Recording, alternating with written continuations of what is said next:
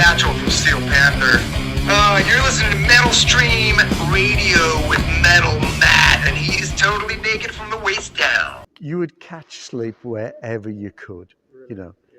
If on a bench in a park or a airport or a taxi going to the airport, you would just, you just get, cat naps wherever you could. And if you could, by the time you got to the hotel at the next town or city, you got off the plane or whatever, or the bus, if you got into that bed for like 20 minutes before you had a show to go to the sound check, it was like heaven, you know. But lots of times you get to the gig, you do the sound check, pass out in the dressing room, you know. It was all about that. It was hard. It was hard, but that's the price you have to pay for staying up and partying. That's it, rock and roll. Was there a favourite tour? Well, pretty much all of them, pretty fun. Not really, you know. I've got it was all good. Yeah. You know, whether we were supporting Kiss or whether we were headlining with Scorpions and Def Leppard, supporting, you know, it was good, you know. I talk a little bit how well we were treated by a lot of people, you know, and that's good. Kiss treated us well. ACDC were fantastic to us, you know, and that kind of makes us, then we go on to headline, and, you know, it makes us realise, you know, you have to treat bands well, you know, treat them well when they're on the way up, because, you know, it can easily be reversed at some point. But that's not why you do it. It's just the fact that you do it, I mean, as good as you can. I mean, like I say, I don't know if I tell the story in the book. I mean, when we were out there with Pantera, and those guys were so funny. We had such a good time. But we couldn't work out quite why they used to form a queue outside of our dressing room every night, you know, and they were queuing up waiting for some beers, really, you know. Can we hand out some beers, you know? It was funny, though. They would unashamedly form this queue. It was kind of funny. It was funny. I think, oh, God, they're out there again. But, you know, they didn't realise, and we certainly didn't realise, but their bus driver was ripping their beers off. Oh, my God. I think Rex tells that story in his book anyway. I think that's something like that. But loads and loads of laugh. You know, it was great to have great support bands that were no problem, fun to have on, you know. And so obviously we would treat those guys as well, you know, push the boat out, really. That's good. And then, because we headline acts push the boat out for us, you know.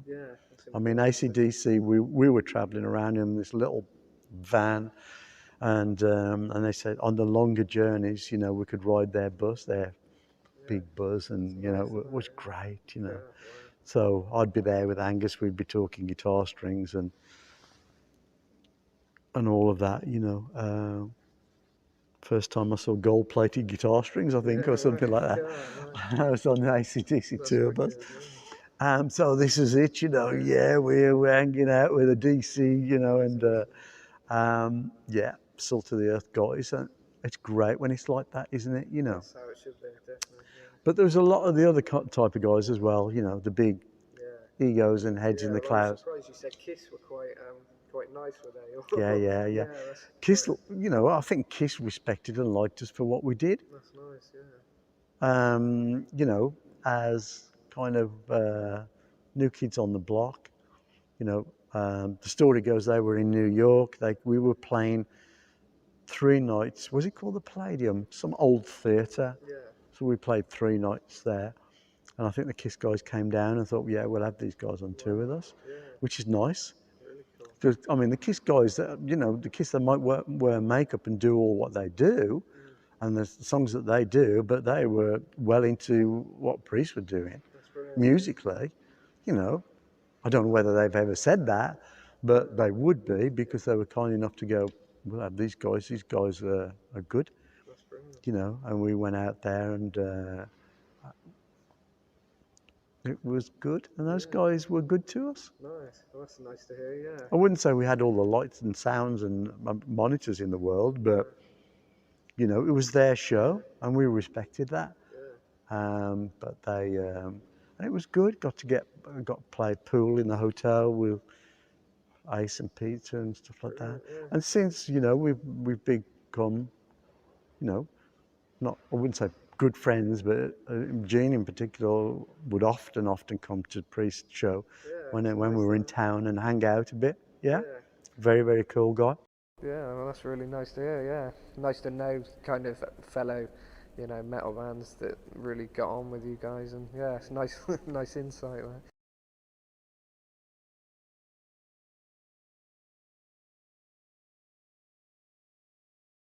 Right, we've got some fan questions now. Some from some celebrity names that you might have heard of, some you've probably toured with and things, and some from fans. We've got a mixture from Instagram and some from my Priest fan page on Facebook, Judas Priest UK Serbia. So a real mixture here. So first off, we got Michael Shaw. He was wondering, ever thought about doing a solo album? Yes, lots of times really. Only since leaving Priest, I think. You know, when I was in the band, it was never really appealed to me, to be fair. Really? Yeah, I mean, because Rob was doing solo albums, Glenn was doing solo albums. You know, it's. I think that. You know, if everybody goes off at different times to do solo albums, you never get anything done. Exactly, you know, but. So no, I think about it, but really I was just dedicated to Priest. You know, if I have some good musical ideas, I'm going to put it to Judas Priest. That's a good effort, definitely. Yeah. You know, why should I put music, you know, musical ideas on an album that's good enough for Priest? Why should I put those on a solo album? Exactly, yeah. Doesn't make any sense, you know. You know, look after the mothership, you know, the flagship, and the fleet will look after itself. So that was kind of my take on it. Hey, this is Satchel from Steel Panther.